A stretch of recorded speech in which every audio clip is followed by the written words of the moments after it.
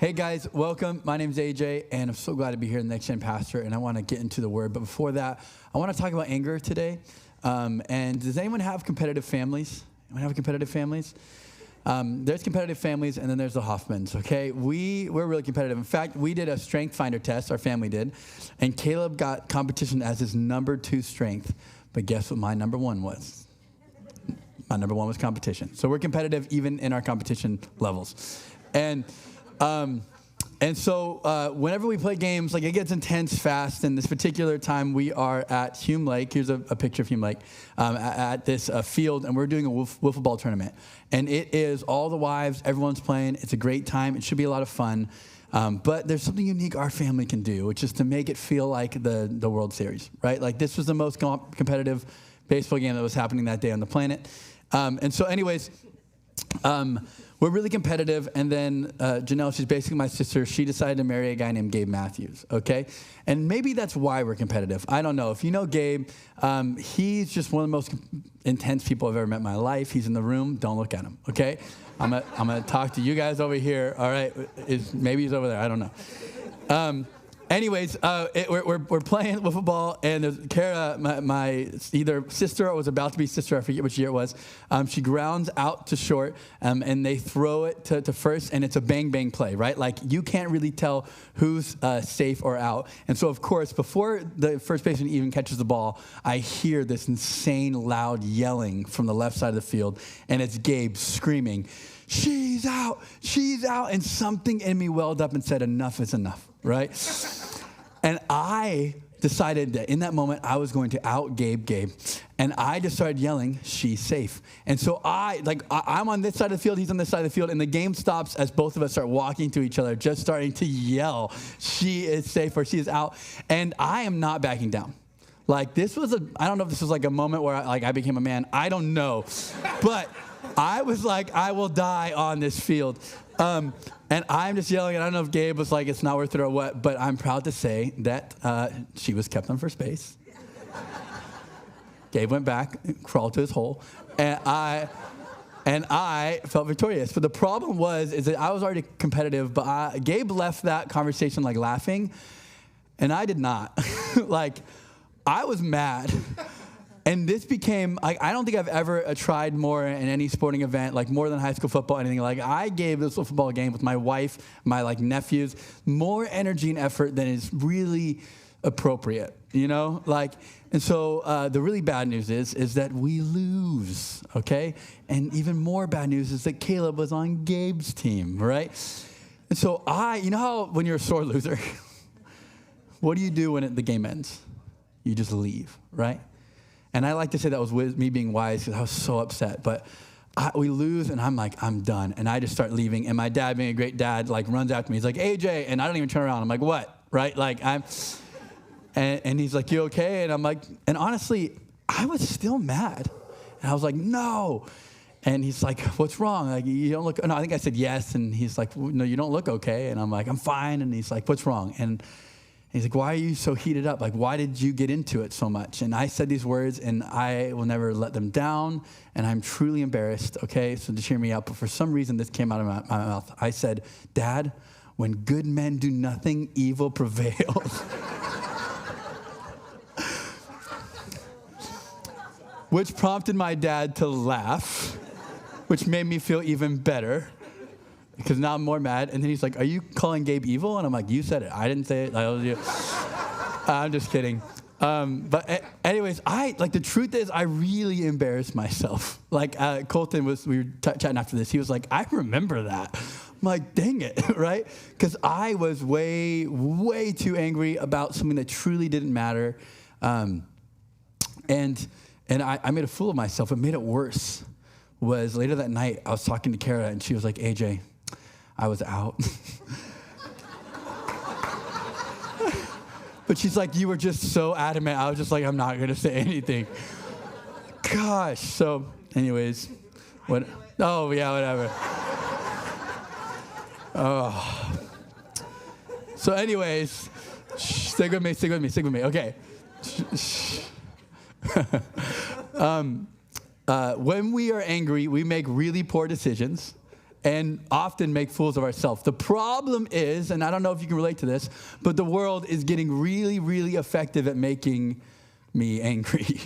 I don't know if you can look around and just see what's going on in the world, but man, it is frustrating. In fact, what I'd like to do is I would just like to talk about July. But first, the title of this message is Holding on to Hope in Despair. So Holding Hope in Despair is the title of this message because I want to talk about what we're meant to do with all that's going around in this world. So what I want to first do is let's talk about July. Does that sound good? Let's just focus on 1 month. Let's just start with what happened a little bit. But first, it's getting harder and harder to have an optimistic outlook on life. Everywhere I turn, life is trying to make me angry or depressed. And I don't know if you can relate to this.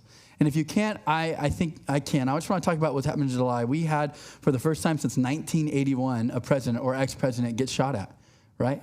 And that was incredibly frustrating and infuriated me and a lot of you. What else happened in July is that they had kind of a last-minute change in candidacies, right? And so if you want to make a room upset, just show one of the last two presidents. Just like if you get them both out in there, I pretty much have triggered all of you at some point, right? Or we'll go a little farther. What just happened, did you guys see the opening of the Olympics, right? This whole thing, and if you didn't know, you can look it up. They kind of did this kind of, and I don't even know rightly how to describe it, kind of this like made fun of Christianity is probably the best way I could say it, poked fun at it. And kind of this like Last Supper with very not Christian people portraying, I don't really even know it all. I just know this, that people are upset.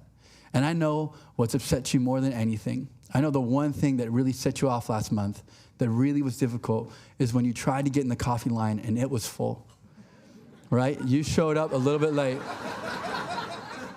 You showed up a little bit late, and that guy was like, Josiah, that punk, was like, I'm sorry, we're closed. And I've seen some of you who'd be like, if you want to live tomorrow, you're going to let me in this line, right? You're like, I got the kids early. I tried to get here. But the truth is that we are frustrated and angry, and you look around, and you're just naturally disappointed. It's probably, putting it lightly, that you're probably full of some level of despair, right? And it's going to get hard. It's getting harder and harder to have an optimistic outlook on life. And so what I want to do is I really want to talk about this. How are we as believers meant to handle and hold everything we are seeing around us? What are we meant to do? How are we supposed to act? What is our posture supposed to be? And there's two emotions, I think, that accompany this really effectively and really well that I think are a result of everything that we're seeing around us, and I just see running rampant, not in the church really too. And that's anger, and then a little bit more subtly, despair. And I think what I often see is just kind of people full of anger or just despair. And I want to talk about this a little bit. I think there's two types of people that I can kind of relate to. There's people who, and tell me if you can relate to this, like you have planned out how to move and start a homestead in Montana, you know? Like you are preparing, like you've drawn out stuff, you've thought, like who has looked at land in other places and been like, there's a river going through it, we could dig a well. Like, you've already planned your exit, right? Because you look at everything going on and you're like, man, your natural response is like, I just want to leave, right? And your first step in that was you got chickens, right? You got chickens and you're just seeing how it is to farm and to live off the land, right? Maybe you can relate to that. I certainly know I've talked to you. A lot of you have. Maybe you can relate to me where I struggle more when I see all the wickedness of the world. My kind of natural response is that it's not a big deal response, because I just truly get like so overwhelmed and just like there's just so much wickedness around that my response just to make it through is just to minimize the evil, and it's also really not good. So like a great example was the Olympics thing, and this is really what kind of started this whole message in my head a little bit, was that someone was saying like, wasn't it crazy what they did with the Olympics? And I hadn't even seen it, but I started just defending them. Because there's something in me that I'm like, I can't not the Olympics too. Don't take away Olympics, right? Like there's this deep frustration and so instead of like the anger or like running away, I minimize the wickedness because I simply just don't want to deal with it. Does that make sense?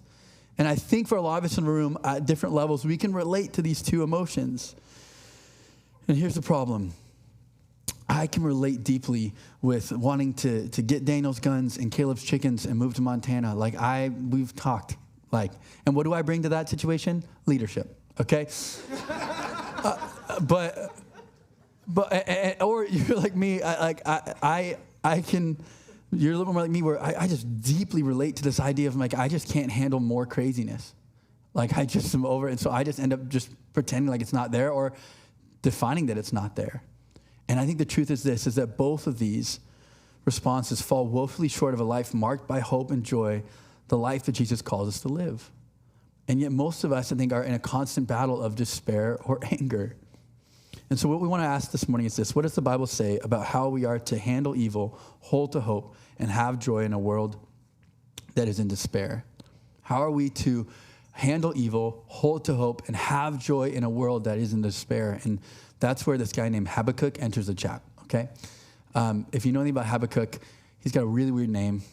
And he's a prophet who wrote these 3 chapters in the Bible, and it's a book of the Bible. And I love Habakkuk because he reminds me of myself so much.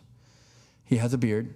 And 2, he asks this question of God when all these bad things are going around. He says, God, where the heck are you? And God, how could you allow this to happen? And a little bit about Habakkuk, just to peel back what's going on with Israel when he's writing this book, is that the Assyrians, who have been the ones who have been kind of overseeing and tormenting and beating up on the Israelites, they're getting taken over by an even bigger group, or even bigger nation called the Babylonians. And so the Babylonians are fighting the Assyrians, and the little Israelites are in the middle of all this, just getting absolutely obliterated and destroyed. Does that make sense? And so there's political unrest. I can relate. And I think this message is good for us going into November, right? And to prepare our hearts and to have the right disposition. And so what I want to do is I want to look at Habakkuk. Let's start with verse 1, and let's see what he says. First, it says this: the prophecy that Habakkuk, the prophet, received. In verse 2, how long, Lord, this is what Habakkuk says, how long, Lord, must I call for help, but you do not listen, or cry out to you violence, and you do not save? This is where it really hits home. Why do you make me look at injustice? Why do you tolerate wrongdoing? Destruction and violence are before me. There is strife and conflict abounds. Therefore, the law is paralyzed and justice never prevails. The wicked hem in on the righteous so that justice is perverted. Your eyes are too pure to look at evil. You cannot tolerate wrongdoing. Why then do you tolerate the treacherous? And this is where I just get this next 4 words. Why are you silent? While the wicked swallow up those more righteous than themselves. How come it looks like the bad guys are winning? I think that's, bad guys is such a young thing to say, but whatever. How come it feels like the bad guys are winning when I thought the good guys are supposed to win? Anyone see Empire Strikes Back, right? I remember being a kid and seeing that, and it was the first movie I'd seen because I remember it well. It was the first time where the movie ended and the bad guys were still winning. And Luke doesn't even have an arm anymore, right? That's going to be hard to fight with a lightsaber. I remember it ending, I was really young, and being like, Dad, that's not how movies are supposed to end, right? Because there's something in me, and I think a lot of us can relate to this, hey, how come it feels like the bad guys are winning? What's the deal? And I love this response we're going to get back from Jesus. And I want to talk about 4 things we're to do hold on to hope, have joy, and what? Oh, you don't know. I'm the one preaching it. Handle evil. I knew it was an H word. And I want to talk about 4 things we're supposed to do to handle evil, hold on to joy, and hold on to hope and have joy. And the first one is this: remember that the world is broken. First is remember that the world is broken. Gentlemen, I just want to ask you this quick question. Maybe you can relate. I've been driving before. Me and my wife will be in the car, and it'll be quiet. Anyone listen to nothing sometimes, right? It's crazy out there. Sometimes it's nice just to drive. So we're driving, and my wife and I will be sitting there, and out of nowhere, she will gasp so loud, right? And I'm thinking there's a grizzly bear in the road. I'm thinking we're about to get in a car accident, and she will turn over to me and show me her phone and be like, look at this picture of Cassie. And I am like, what in the world is wrong with you? Right? Gentlemen, can we relate to this at all? The gasp, right? You're like, what? You're like, oh my gosh, we're in trouble. What's happening? And they're like, look at this. Or did you see what happened? And you're like, that gasp does not merit. You're like, that was too much, right? And I think a lot of believers, this is what we do with the world. We get so surprised with wickedness in the world. And there's this really effective lie the devil has told us. And the devil wants you to get overwhelmed, surprised when you encounter wickedness, as if it's supposed to reside in places far from home. And we live in an amazing country and an amazing time, and yet we've been kind of like sold this lie that there's wickedness out in the world, just simply not in Lakeside, simply not where I live, not in my own backyard. And what happens is, and I'll show it to you this way, you can imagine it'd be really dangerous for an individual to think they don't have sin in their life, right? And the reason why we still know there's sin in the world is because we shouldn't be surprised that there's sin in the world. The world is still broken because we ourselves are still broken. And you can imagine it'd be so dangerous for a person to think they can't make mistakes anymore. And yet somehow we look at our community and often we'll go like, surely bad things won't happen here. And when bad things happen, and if the devil can get you overwhelmed, surprised, he'll make you like me often, which is that you'll quickly just downplay the evil. Because that's the negative way in which to process it. You'll say, certainly not, it's not that bad, or certainly that can't be true. And this can be incredibly dangerous. I love what Paul says. Paul, who wrote most of the New Testament, says this in Romans 7:19. For I do not do the good I want to do, but the evil I do not want to do, this I keep doing. And I don't know why he talked like Yoda there. I have no idea. But he's basically saying, man, the things I know I'm not supposed to do, I do them. And the things I'm supposed to do, I don't do them. And he's just, can you relate to that? It's an incredibly encouraging and discouraging all at the same time.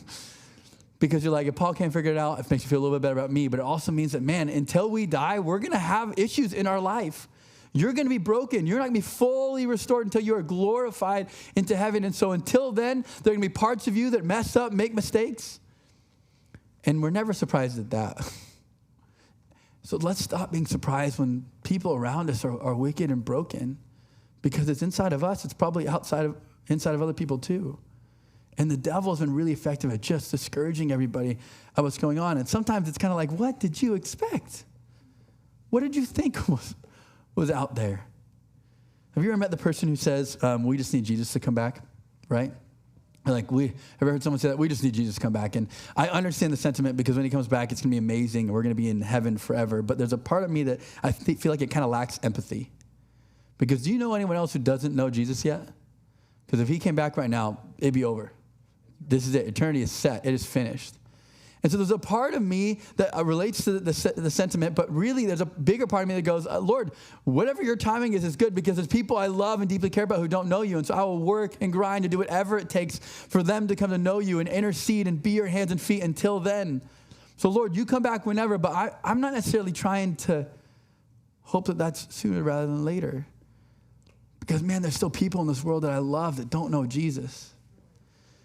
And so remember that the world is still broken. Point number 2, recognize who is truly in control. Let's look at God's response to Habakkuk, his complaint when he says, God, where are you? Why are you silent? Let's look what he says.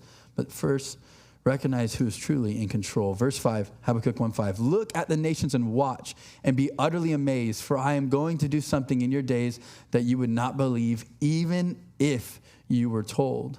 So let's break this down. He's saying, even if I showed you what I was doing, you would not believe it, okay? And he's saying, watch, definitely pay attention, but guess what? You'll never fully understand it. And go to Habakkuk 1:6, the next verse. It says this, I am raising up the Babylonians. And I just want to pause, and I want you to just think about those words. God is raising up the Babylonians? If you know anything about Babylonians, they are wicked, evil, terrible people. In fact, it says that ruthless and impetuous people who sweep across the whole earth to seize dwellings not their own.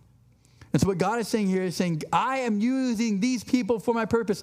It's insane that literally he says, I am raising up the Babylonians. Could he be using the wickedness in our world right now for his glory? Could he be restoring things we don't even see and don't even recognize? Because again, let's make it very clear. He says, I see things you don't even see. If I told you, you wouldn't even fully understand it. Habakkuk 2:1, he says this. This is Habakkuk's response. He says, I will stand at my watch and station myself on the ramparts. I will look to see what he will say to me and what answer I am to give to his complaints. And then look at verse 2. This is the Lord's response. Then the Lord replied, write down the revelation and make it plain on tablets so that a herald may run with it. And this is what I really want to focus on. Let's camp in verse 3. For the revelation awaits an appointed time. It speaks of the end, and it will not prove false. Though it lingers, wait for it. It will certainly come, and it will not delay. And essentially what you see God saying is saying, hey, I am bringing my justice. It's just not in your timing. But I want to break this, leave the verse up there for a second. It's saying there's a revelation coming at an appointed time. And when is that time? It speaks of the end, okay? So you will understand, but not till what? The end. And it will not prove false, okay? But I love these last two lines. It says, though it linger, wait for it. It will certainly come, and it will not delay. Essentially, it's saying, though it linger, it won't linger, right? Or though it delays, it will not delay. Do you see this? It's kind of a very confusing, like, what do we do with those two things? And I think this is what it's saying. It's saying, though it feels like it's lingering for you, it is not lingering for me as God. Does that make sense? Though you're sitting here and going, wait, why is it not happening? Why is your justice not coming the way I thought? How come your plan isn't happening the way that I thought it would happen? He's saying it might feel like this, whatever's going on in all the wickedness of the world isn't happening in your timing. You might feel like it's lingering and it's waiting, but it is not lingering or waiting for me. I want to read just a few more things, and it's this, is that in the end, you will understand God. When this life is over and you're on to the next, you will understand his plan and what he was doing. I don't think we're going to go to heaven and still be like, God, that was weird. Like, I think we're going to understand. But the second thing is trust that you are not being tricked by God. I want to read just two more verses. Isaiah 55:8 says, for my thoughts are not your thoughts, neither are my ways your ways, declares the Lord. For as the heavens are higher than the earth, so are my ways higher than your ways, and my thoughts higher than your thoughts. And yet it's amazing to us how most of us expect God to do exactly what we would do. And the truth is that's a form of idolatry, because that's putting either God down on your level or you up on God's level. And what it does is it's saying, God, you're wrong for not doing how I would do it. And we're saying your plan's lingering. It's not what I want it to be. And God's saying it will not prove false, and it will come in my timing. Habakkuk 2:4 says this, and it's talking about, well, let's read it first. See, the enemy is puffed up. His desires are not upright, but the righteous person will live by faithfulness. And we'll spend most of our time figuring out what that faithfulness means next. But let's look at verse 5. Indeed, wine betrays him. And this is talking about Babylon now, or the wickedness of the world. So God's talking about the wickedness, him being the world. He is arrogant and never at rest, because he is as greedy as the grave. And like death is never satisfied. He gathers to himself all the nations and takes captives of all the peoples. Will not all of them taunt him with ridicule and scorn, saying, woe to him. Again, him being the bad guys, wickedness, Babylon. Are you with me? Who piles up stolen goods and makes himself wealthy by exhortation. How long must this go? Will not your creditors suddenly arise? Will they not wake up and make you tremble? Then you will become like prey. Essentially what God is saying is he's saying, I will punish the wicked in my timing and not yours. So you might feel like it's lingering, but trust me, AJ, it is not lingering. It will not prove false. It will come in the end at an appointed time. And when we go, God, that's not how it should go. Understand that you are then saying you know better than God. And that is not a good place, and I think it's a form of idolatry, which brings us back that God is saying, I am in control, and you will not always understand what he is doing. So again, all those verses we just read are to get you to understand this idea of that God saying, I know what's going on and you don't, and if I told you, you wouldn't even understand it. And yet there's so much of us that have such a lack of trust in God. But maybe, so then our response is to sit back, relax, and just let stuff go crazy and wait till we go to heaven, right? Someone in the room is like, yeah, that sounds great, right? No. That brings me to that brings me to the next point, which is this. Actually, no, let's read Habakkuk 2:4. See, the enemy is puffed up. His desires are not upright, but the righteous person will live by his faithfulness. What does he mean by faithfulness? And it brings me to point number 3. It's restore what is broken, right? Remember that the world is broken, But what are we meant to do? We're meant to restore what is broken. And I want to go into 2 verses. I want to go to Habakkuk 2:1, and it says this. I'm going to go back to this verse. We've read it once before. I want you to pay attention to the language. It says, I will stand at my watch and station myself on the ramparts. I will look to see what he will say to me and what answer I am going to give to this complaint. I want you to pay attention to the language of what Habakkuk is doing as he awaits for both the judgment of God and the God's answer, is that he is chilling on a beach in his lawn chair, right? Waiting until God gives an answer. No, he's golfing, right? Hey, God, I'm going to be golfing until you give me an answer, and I'm just going to wait. No, look at the language. He says, I will stand on my watch on the ramparts. This is battle language. This is battlefield, like warfare language. When I was a kid, I don't know if I told you this. I'm preaching more now, and so I forget which stories I've said. So the junior hires, when I recycle a story, they're literally like, boo, and they hate me. So I don't know. Go with me, okay? But when I was a kid, we got we restuccoed our house when I was 8, and we got scaffolding 3 levels high around the entire house, and that was the most fun I ever had because we had a castle. And my mom let me go on the 2nd level, right? And all day, every day, I would take, the paint stirrers, right? Those are like perfect swords. And I would run around. My mom said she could hear me wherever I was because she could just hear me running on the scaffolding, right? And every now and then I'd go on the 3rd level and not tell her, but let's not tell her. She's not here, right? Sabbatical. So, I would just run around and have so much fun. And really, I worked Lord of the Rings just about into every one of my messages. You guys, can you relate to this? Like, I wanted to be Aragorn. I wanted to be defending something. There you go. My whole life, I've wanted something to stand for, to fight for it. And I would watch these movies and think about, man, I want to do something as important, have some sort of problem to solve, something significant enough to fight and to do something important. And most of my life, I thought I was going to look a lot more like Tombstone, right? Busting in like a saloon and just shooting people like that. I was ready, all right, God, I'm ready for that. I have time. I remember my mom said, do you want to do drawing classes? And I was like, yeah, heck yeah, I want to do drawing classes. I literally thought it was like drawing classes. So when I showed up and we were coloring, I was like, I was lied to, right? But that just shows you how many Western movies my dad showed me, okay? All right, I literally was so disappointed. And they had cookies. But I want you to see what faithfulness looks like. I want you to see in my favorite verse in the Bible, Micah 6:8, it says this. He has told you, oh man. Some translations say, oh mortal, which feels even more like Lord of the Rings. But he has told you, oh man, what is good? And what does the Lord require of you? Again, this is faithfulness. But to do justice and love kindness and walk humbly with your God. So we remember that the world is broken. We recognize who's in control, but then we restore what is broken by doing justice. And this is where I just get fired up, because this is what we've been charged to do, and that is to make right what has been made wrong, the Lord through us, to stand in the gap, to do justice. And I want to show you very quickly, I want to read some verses, and I want you to pay attention to what biblical justice looks like. I want you to see if you see any themes in these 3 passages we're going to read, 2 verses each one. I want you to see if any concept jumps out to you. Let's go with Proverbs 31:8, and it says this. Speak up for those who cannot speak for themselves, for the rights of all who are destitute. Speak up and judge fairly. Defend the rights of the poor and the needy.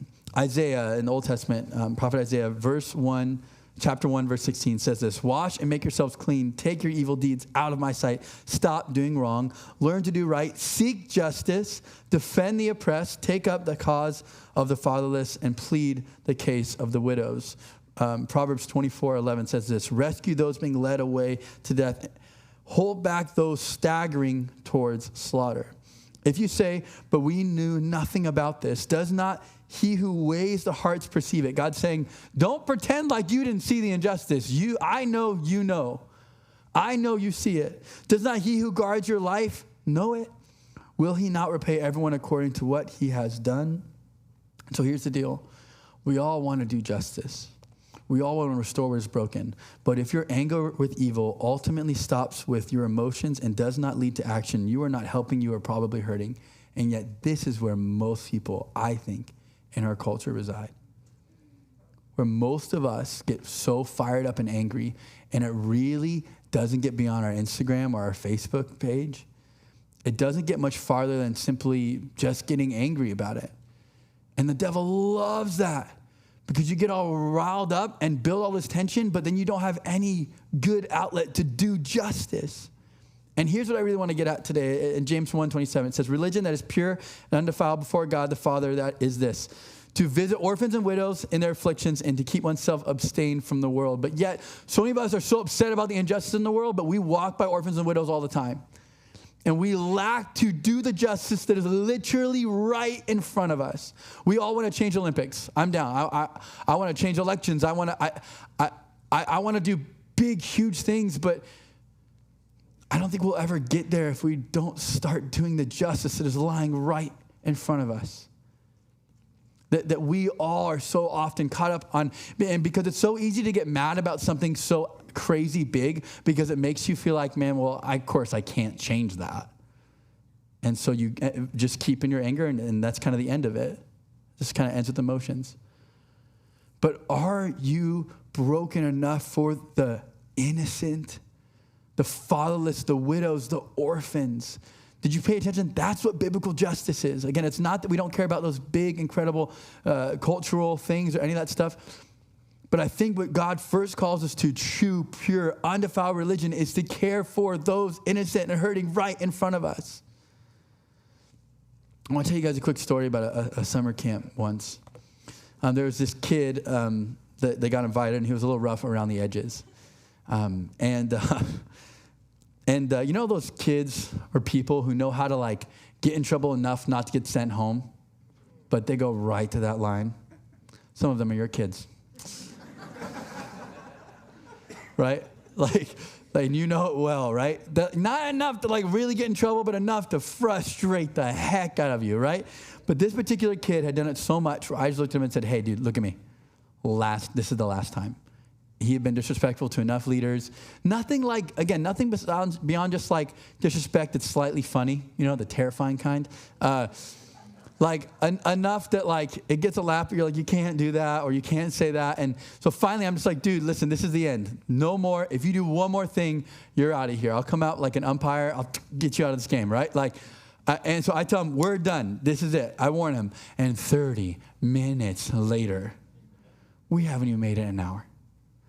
He's supposed to go into the meeting space, and he doesn't want to. I'm like, hey, dude, you got to go in. And he's like, ugh. And I'm like, all right, whatever. You can't send a kid home for just going, right? And he goes in, and he like wants to like sit in the, anyways, I don't want to get too specific. He gets in trouble. And I look at him, and I said, outside, right? And I'm in my voice now, right? Outside. I look out, I'm like, dude, you're going home. I've had it. And as soon as I said he was going home, he basically could not care what I had to say. And he was like, oh, I'm going home. I have so much more mean I can do, right? And he full sense dove in, right? If I said, hey, dude, you need to sit here, he'd get the chair and like move the chair. Like, I'd be like, dude, you need to wait. He would just get moving. Like anything I told him to do, he would do the opposite. And I'm just telling this kid over and over again, you're going home. You're going home. Dude, I hope you had a good time at camp because it's over. Like, I am frustrated. He is being as disrespectful as anyone's been with me in a while, but I don't really know him that much at all. And so I'm waiting for his youth leader to come so I can get his youth leader to come and we can talk about it and figure out who to call and send this kid home. And so finally the youth leader comes out and I'm like, hey, we got to send home so-and-so. And the leader's real bummed. Of course he's bummed. He's a good leader. And he's like, hey, AJ, and he says these words, and it was the first crack in my frustration. He said, AJ, there's no one we can get to come pick him up. He said, AJ, there's not an adult in the world outside of me that cares about that kid. Like, mom and dad aren't in the picture, and I don't want to get more specific than that. Just like, and he starts to tell me about this kid's life and some of the stuff he's gone through. And all of a sudden, I wanted justice. Like, I was mad. He had treated me poorly. He had called me names. He had been disrespectful one too many times. It was enough. It was time for him to go home. But all of a sudden, justice started to look very different in my eyes. Because who cares about justice for me? I started thinking about justice for this kid. And I started to realize what biblical justice was for someone to actually stand in the gap and start caring about this kid. and someone to start giving him second chances, and someone to start treat him differently than every other adult he's been treated with in his whole life. And so by the end of this conversation with this leader, this kid had my heart. And so I had to go and get watermelons because we always forget things, no matter how hard we plan. Always. So I have to go and get watermelons down the hill. It's about an hour drive there and back. And I'm like, hey, I'm going to take them with me. And so we get in the car, we start driving. And the first thing he says is, I'm like, hey, we got to go to Walmart and buy watermelons. He's like, can you buy me Takis? And I was like, ooh, like, you got to be kidding me, man. I just told you get to stay, and you're like, you buy me stuff, right? But there was something in me that my justice had changed. My meter of what mattered changed. And so I said, yeah. Because you know what I thought about? I bet you no one ever buys him anything. No one, he probably has to scratch and claw for anything. And so I bought him Takis and a Gatorade.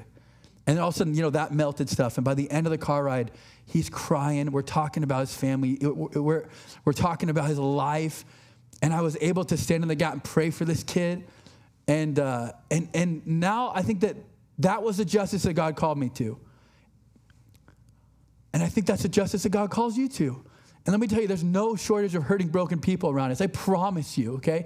He says that you can't be like, I didn't see anybody. He's like, I weigh the heart. God says he knows your heart. He knows that we get angry about stuff and do nothing. Do not neglect the injustice right before you. And again, if you're like, I truly don't know what to do, here's a few things we need really quick. We need some junior high leaders who are more than 25 years old, okay? Because we need someone to be like, no, right? Love the game, Tanner. No, right? We need some maturity there. We need some more youth leaders to stand in the gap and to love on these very kids. We need some more people who will disciple other people. We talk about it just about every week now because so many people want to be discipled, but there's not enough people who can connect the dots. Discipleship is justice. They will stand in the gap where that mom or dad or whatever they need, they will be that for that person. And I just think, listen, I'm not saying we don't get upset about the wickedness of the world. I'm just saying do not neglect to do justice for the innocents right in front of you. I want you to vote, donate, pray. I don't shop at Target anymore. I want you to be involved with that stuff. Don't get me wrong. I'm just saying don't neglect what is right in front of you. Let's finish the book. Does that sound good?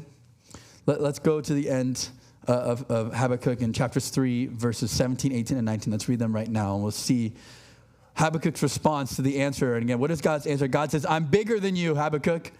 I know what's going on, and you don't. If I told you, you wouldn't understand.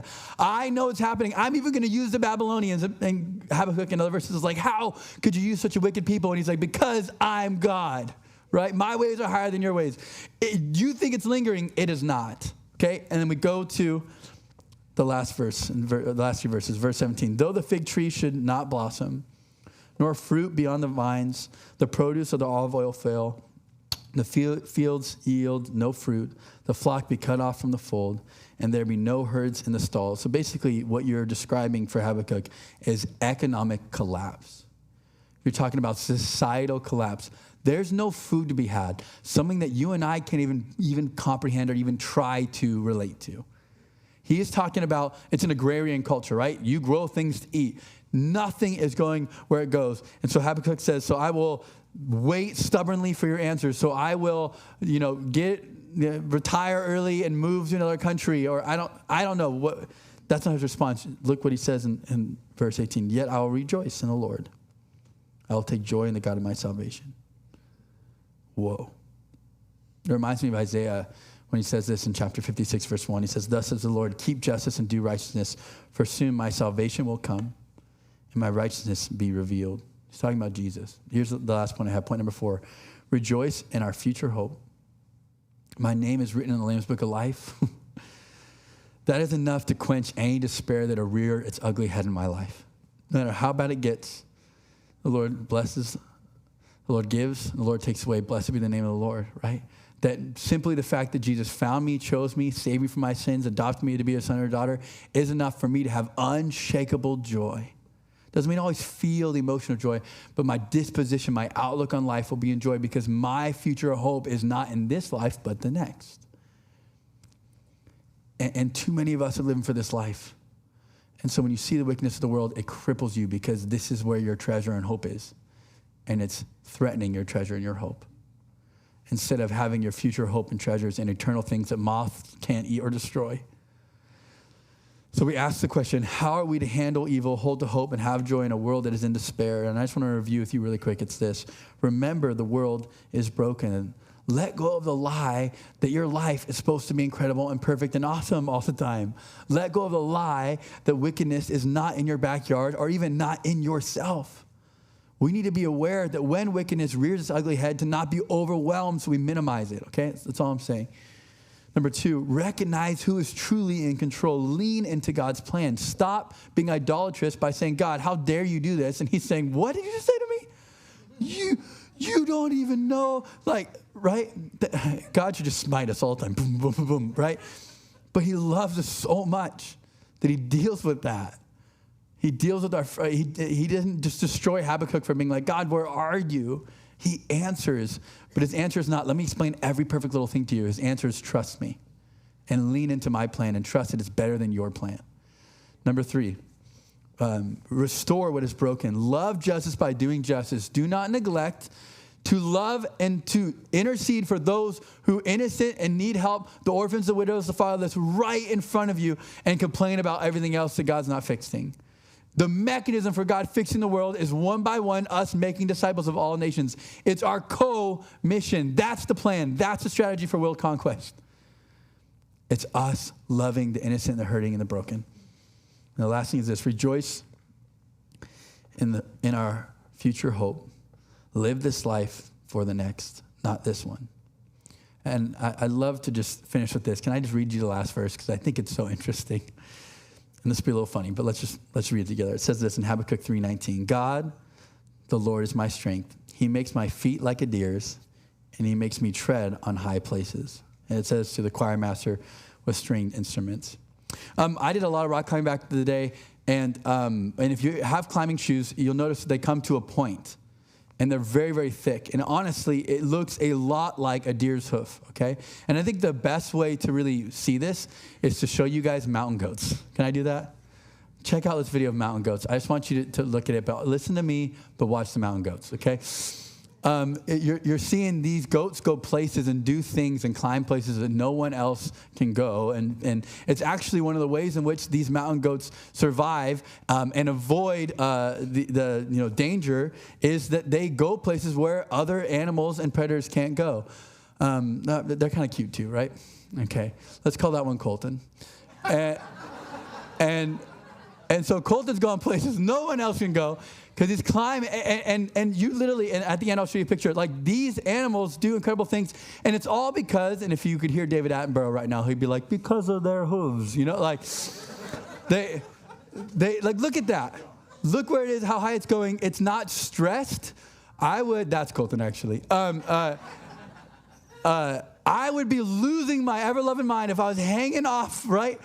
Something like that, but these goats go places no one else can go. Look at these pictures. Look at the angle of that, right? And here's the deal, and I want to let's circle back to the verse, and let's end with this. It says, God, the Lord is my strength. He makes my feet like the deer's. He makes me tread on high places. I love that language because two things. It's saying that Habakkuk went places that nowhere else can go. When you go to high places, you tend to see a lot. You tend to have a perspective that nobody else has. That's why we hike and hike to get to a view. And what Habakkuk is saying, and I think it's the last little thing I want to challenge you with, is that do you want to go and understand things that no one else understands, that few people understand? Do you want God to raise up your understanding and to bring you to high places, that if you devote your life to Jesus and not just become a Christian, but become someone who genuinely loves the Word, and rips it apart, not literally, to figure out what it is and what it says. You know how you met people, and I think the best example of this is my dad. I'll call my dad upset about stuff all the time, and he has this eternal perspective that is awesome and sometimes frustrating because he's not with me in the anger and the despair. We have a generation of, let me just tell you real quick, people who are a little older in the room. The devil wants you to unhitch for this younger generation. He wants you to look down and say, there's no hope, there's no redemption. And let me just say, do some dang justice, right? Intercede, get involved, do something.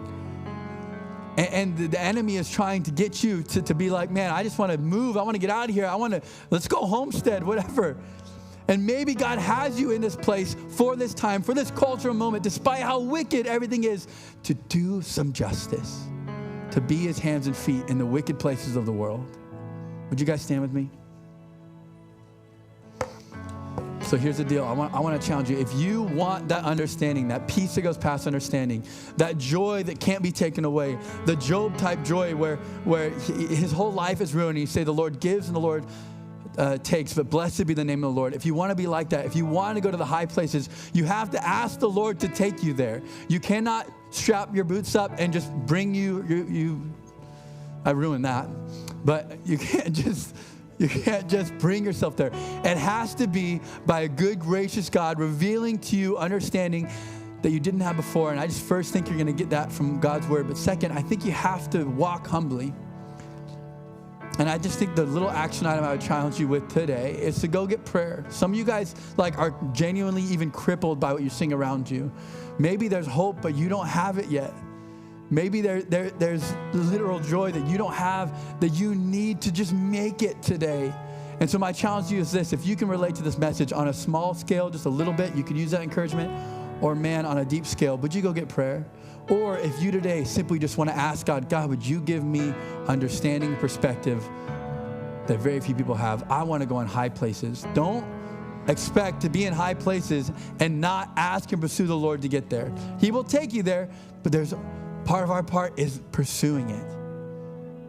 So I want to challenge you, if you want to walk in high places with your understanding, or you just need some encouragement with anger and despair today, to not neglect to get prayer. Does that sound good? Let's pray and let's worship. Dear Jesus, we love you. We invite your Holy Spirit to come in this place. Would you fill us up? Lord, right now I pray that we would walk humbly. Some of us right now feel this conviction to go get prayer, but we're just too dang prideful to do it, Lord. Lord, help us to be faithful. Help us to honor you. Help us to walk in high places, Lord. So we pray for more of your Holy Spirit. We pray for more of your presence, God. Will we be obedient to be faithful in this time in our life? We praise you and thank you in Jesus' name. Amen. Let's worship. Checking out the Grove Church YouTube channel. We pray this channel is a great resource for you to know God and to make him known to the people around you. But even more, we would love for you to be in person with us here on Sundays. So if you go to our website at sdgrove.org, you can find out more about us and check out our service times. Also, stay in tune with everything happening at the Grove. Click on that subscribe button and turn on your notifications so you don't miss doing church with us here live on Sunday mornings when you can't make it in person.